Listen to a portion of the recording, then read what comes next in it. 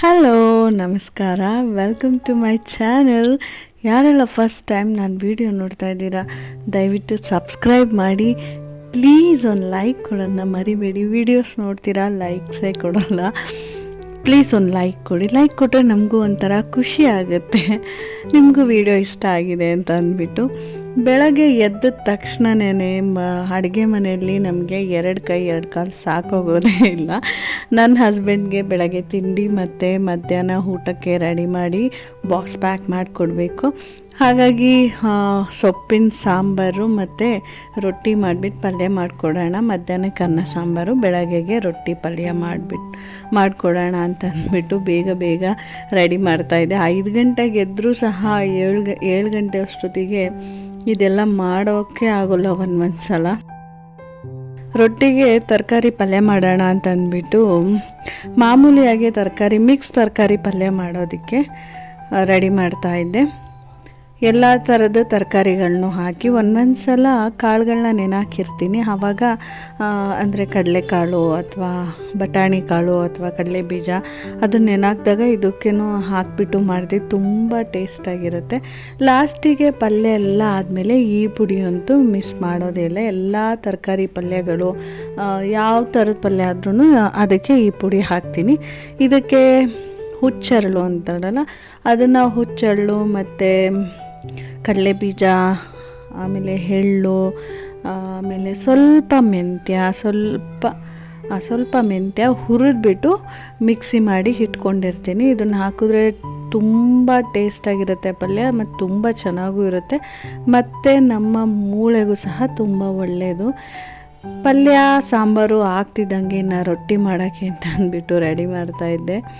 ರೊಟ್ಟಿಗೆ ಸರಿ ಮಾಡಿಕೊಂಡು ಅಕ್ಕಿ ರೊಟ್ಟಿ ಮಾಡೋದಕ್ಕೆ ರೆಡಿ ಮಾಡ್ತಾಯಿದ್ದೆ.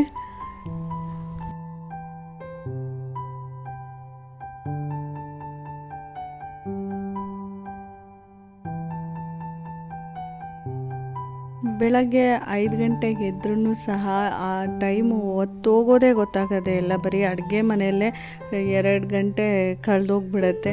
ತಿಂಡಿ ಅಡುಗೆ ಅಂತ ಅದೇ ಟೈಮ್ ಆಗೋಗ್ಬಿಡುತ್ತೆ. ಆದರೆ ಬೆಳಗ್ಗೆನೇ ಅಡುಗೆ ತಿಂಡಿ ಮಾಡೋದ್ರಿಂದ ಮತ್ತೆ ಮಧ್ಯಾಹ್ನ ಅಡುಗೆ ಮನೆಯಲ್ಲಿ ಅಷ್ಟು ಕೆಲಸ ಇರೋಲ್ಲ, ಇನ್ನು ಮಿಕ್ಕಿದ ಕೆಲಸ ಮಾಡ್ಕೊಳ್ಬೋದು.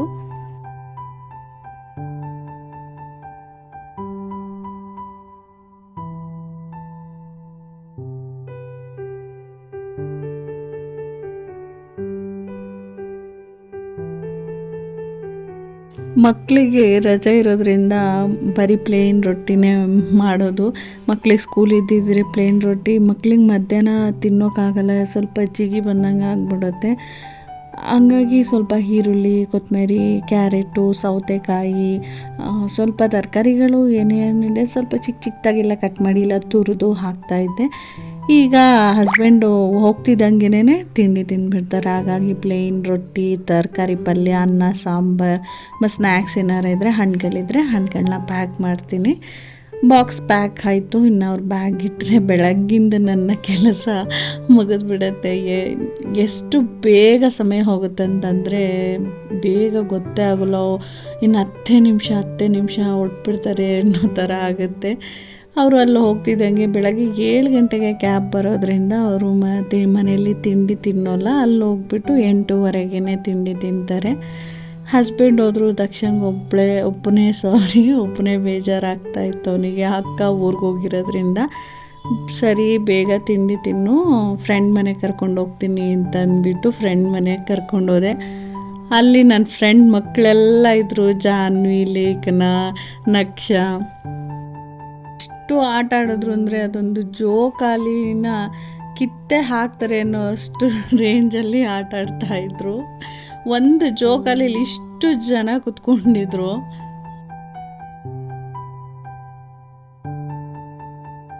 ನನ್ನ ಫ್ರೆಂಡ್ ಮಮತಾ ಅವ್ರ ಮನೆಗೆ ಹೋಗಿದ್ದೆ. ಮಮತಾ ಮತ್ತು ಸುಮಾ ಇಬ್ಬರು ಒಂದೇ ಹತ್ರ ಇರೋದು, ಅವ್ರ ಮನೆಗೆ ಹೋಗಿದ್ದೆ. ಅವ್ರ ಮಕ್ಕಳು ತುಂಬ ಚೆನ್ನಾಗಿ ಆಟ ಆಡ್ಕೊಂಡಿದ್ದ. ದಕ್ಷ ನಾವು ಚಿಕ್ಕವರಾಗಿದ್ದಾಗ ರಜೆ ಬಂದ ತಕ್ಷಣ ಅಜ್ಜಿ ಮನೆಗೆ ಓಡೋಗ್ತಾ ಇದ್ವಿ. ಅಜ್ಜಿ ಮನೆ ಅಂದರೆ ಹಳ್ಳಿ. ನಮ್ಮ ಅಜ್ಜಿ ಮನೆ ಇದ್ದಿದ್ದು ಹಳ್ಳಿ. ಅಲ್ಲಿ ಬೆಳಗ್ಗೆ ಎದ್ದ ತಕ್ಷಣ ತಟ್ಟಿಗಳು ಅಂತ ಅಂತಿದ್ರು. ತಟ್ಟಿ ಅಂದರೆ ಈ ಸೋಗೆ ಗರಿಗೆಗಳಲ್ಲಿ ಮಾಡ್ತಿದ್ದಿದ್ದು. ಒಂದೊಂದು ಕಡೆ ಒಂದೊಂದು ಥರ ಹೇಳ್ತಾರೆ.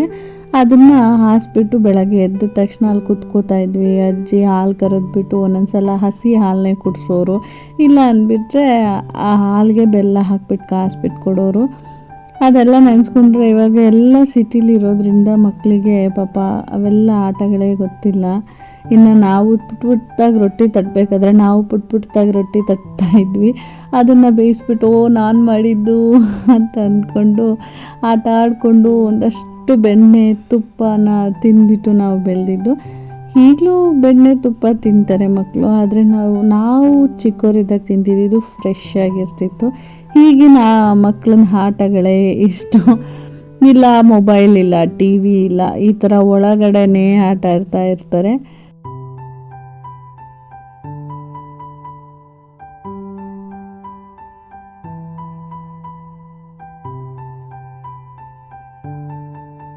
ಬೆಂಗಳೂರು ಅಂದಮೇಲೆ ಈ ಥರನೇ ಒಳಗಡೆನೇ ಮಕ್ಕಳು ಆಟ ಆಡಬೇಕು. ಆಟ ಆಡೋ ಪರಿಸ್ಥಿತಿನೂ ಇದೆ ಒಂದೊಂದು ಸಲ, ಯಾಕೆಂದರೆ ಬಿಸಿಲು ಜಾಸ್ತಿ ಇರುತ್ತೆ, ಇಲ್ಲ ನಾಯಿಗಳ ಕಾಟ ಇರುತ್ತೆ. ಹಾಗಾಗಿ ಒಳಗಡೆ ಆಟ ಆಡೋದನ್ನೇ ನೋಡ್ತಾ ಇರ್ತಾರೆ. ಮತ್ತು ನಾವು ಹೊರಗಡೆ ಅಷ್ಟು ಕಳಿಸಲ್ಲ, ಭಯ ಆಗುತ್ತೆ ಒಂದೊಂದು ಸಲ. ಇನ್ನು ಮಾರನೇ ದಿನ ಅಮಾವಾಸ್ಯೆ ಇದ್ದಿದ್ದರಿಂದ ಬೆಳಗ್ಗೆ ಬೇಗ ಎದ್ದು ದಕ್ಷ ಎದ್ದ ತಕ್ಷಣ ಅವ್ರ ಅಕ್ಕನ ಬ್ಯಾಂಡ್ ಹಾಕ್ಕೊಂಡು ಹೋಗ್ತಾ ಇದ್ದ. ಅಮಾವಾಸ್ಯೆಯಲ್ಲಿ ಮನೆಯಲ್ಲಿ ಪೂಜೆ ಮಾಡಿಬಿಟ್ಟು ದೇವಸ್ಥಾನಕ್ಕೆ ಹೋಗೋಣ ಅಂತಂದ್ಬಿಟ್ಟು ಹೊರಟಿದ್ವಿ. ಅವನು ಅವಾಗ ತಾನೇ ಎದ್ದಿದ್ದ ದಕ್ಷ. ನಾನು ಎದ್ದು ಸ್ನಾನ ಗಿನೆಲ್ಲ ಮಾಡಿ ಪೂಜೆ ಎಲ್ಲ ಆಯಿತು. ಅವನು ಅವಾಗ ತಾನೇ ಎದ್ದು ತಿಂಡಿ ತಿಂತಾ ಇದ್ದ. ಬೊಟ್ಟು ಬೇರೆ ಇಟ್ಕೊಂಡಿದ್ದ. ಪೂಜೆ ಮಾಡಿದ್ಮೇಲೆ ತಿಂಡಿ ತಿಂತಾ ಇದ್ದ. ಬೊಟ್ಟು ಬೇರೆ ಸೊಟ್ಟ ಇಟ್ಕೊಂಡ್ಬಿಟ್ಟಿದ್ದ ಬೊಟ್ಟನ್ನ. ಅಲ್ಲಿಂದ ನಾವು ಹೊರಟ್ವಿ ದೇವಸ್ಥಾನಕ್ಕೆ, ದುರ್ಗಾ ಪರಮೇಶ್ವರಿ ದೇವಸ್ಥಾನಕ್ಕೆ ಹೊರಟ್ವಿ.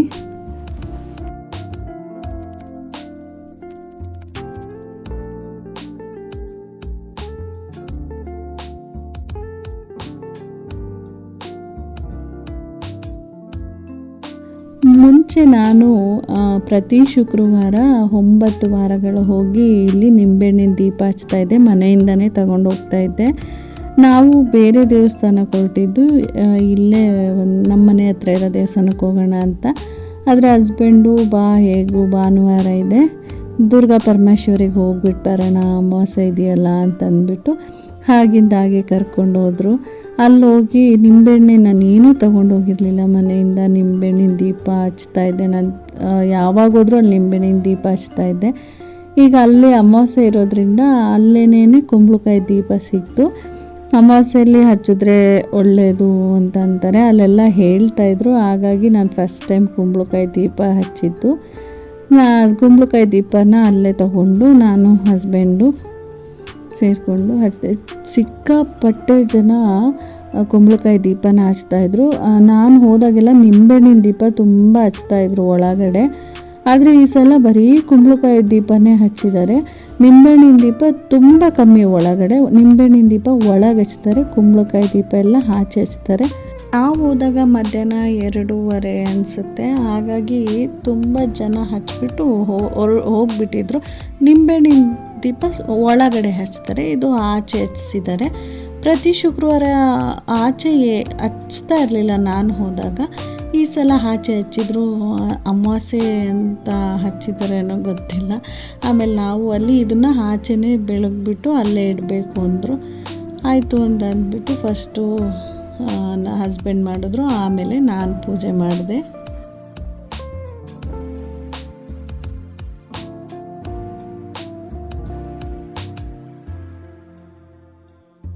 ಕುಂಬಳಕಾಯಿ ದೀಪನ ಯಾಕೆ ಹಚ್ತಾರೆ ನನಗೆ ಅಷ್ಟಾಗಿ ಗೊತ್ತಿಲ್ಲ. ಅಲ್ಲಿ ಹೇಳ್ತಾಯಿದ್ರು ನಿಂಬೆಹಣ್ಣಿನ ದೀಪ ತೊಗೊಳಕ್ಕೆ ಹೋದಾಗ, ಹಾಗಾಗಿ ತಗೊಂಡೆ. ನಿಮ್ಗೇನಾದರೂ ಗೊತ್ತಿದ್ದರೆ ದಯವಿಟ್ಟು ಕಾಮೆಂಟ್ ಮಾಡಿ. ಇಲ್ಲಿ ದೇವ್ರನ್ನ ತುಂಬ ಹತ್ರದಿಂದ ಗರ್ಭಗುಡಿ ಹತ್ರ ಬಿಡ್ತಾರೆ ನೋಡೋದಕ್ಕೆ. ಅವಾಗ ನೋಡಿದಾಗೆಲ್ಲ ನನಗೆ ಆ ದೇವಿ ನೋಡಿದಾಗೆಲ್ಲ ಕಣ್ಣಲ್ಲಿ ನೀರು ಬರ್ತಾ ಇರುತ್ತೆ, ಯಾಕೆ ಅಂತ ಗೊತ್ತಿಲ್ಲ. ಅಲಂಕಾರನೂ ಅಷ್ಟೇ ತುಂಬ ಚೆನ್ನಾಗಿ ಮಾಡ್ತಾರೆ. ಅಲ್ಲಿ ಫೋಟೋ ಕ್ಯಾಮ್ರಾ ಅಲೋ ಇಲ್ಲ, ಹಾಗಾಗಿ ನಾನು ವಿಡಿಯೋ ಮಾಡಿಕೊಡ್ಲಿಲ್ಲ.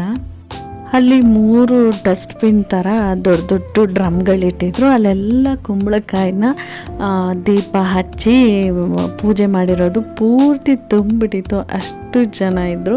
ಅಮಾವಾಸ್ಯೆಯಲ್ಲಿ ಹಚ್ತಾರೆ ಅಂತ ಅಲ್ಲಿ ನಾನು ನಿಂಬೆಹಣ್ಣಿನ ದೀಪ ತಗೊಳಕ್ಕೆ ಹೋದಾಗ ಹೇಳ್ತಾ ಇದ್ರು.